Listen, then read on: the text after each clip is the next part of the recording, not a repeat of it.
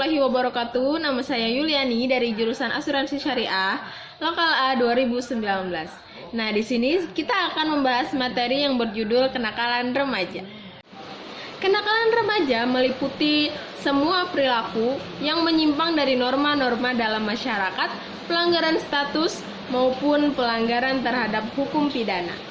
Pelanggaran status seperti halnya kabur dari rumah, membolos sekolah, merokok, minum minuman keras, balap liar, dan lain sebagainya.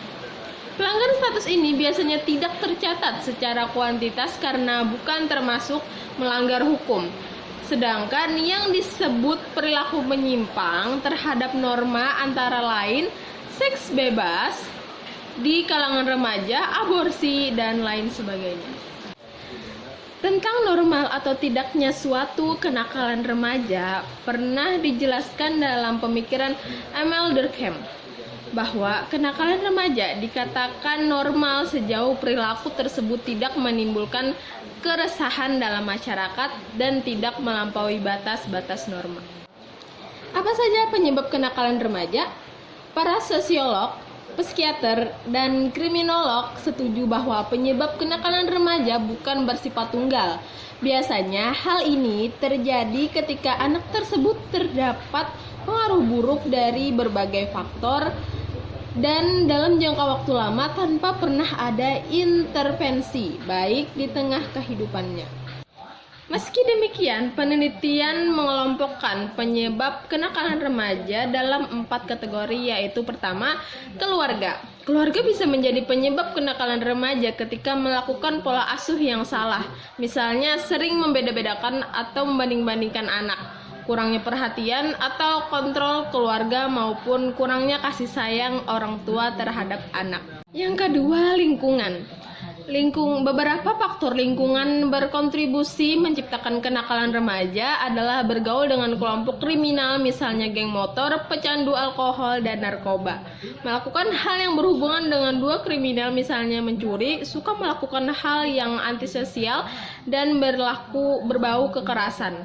Yang ketiga, sekolah. Sekolah adalah tempat anak belajar mengembangkan diri dan mematuhi peraturan yang berlaku. Penyebab kenakalan remaja dalam hal ini adalah kegagalan sekolah mengembangkan karakter anak karena ketidakcocokan kurikulum maupun ketersediaan ekstrakurikuler yang berlaku di lembaga pendidikan tersebut. Faktor lainnya penyebab kenakalan remaja bisa datang dari mana saja di luar ketiga faktor utama tadi. Yang dimaksud dengan faktor lainnya di sini misalnya ketidakpuasan atas penegakan hukum, pengaruh media massa, dan hingga faktor politis.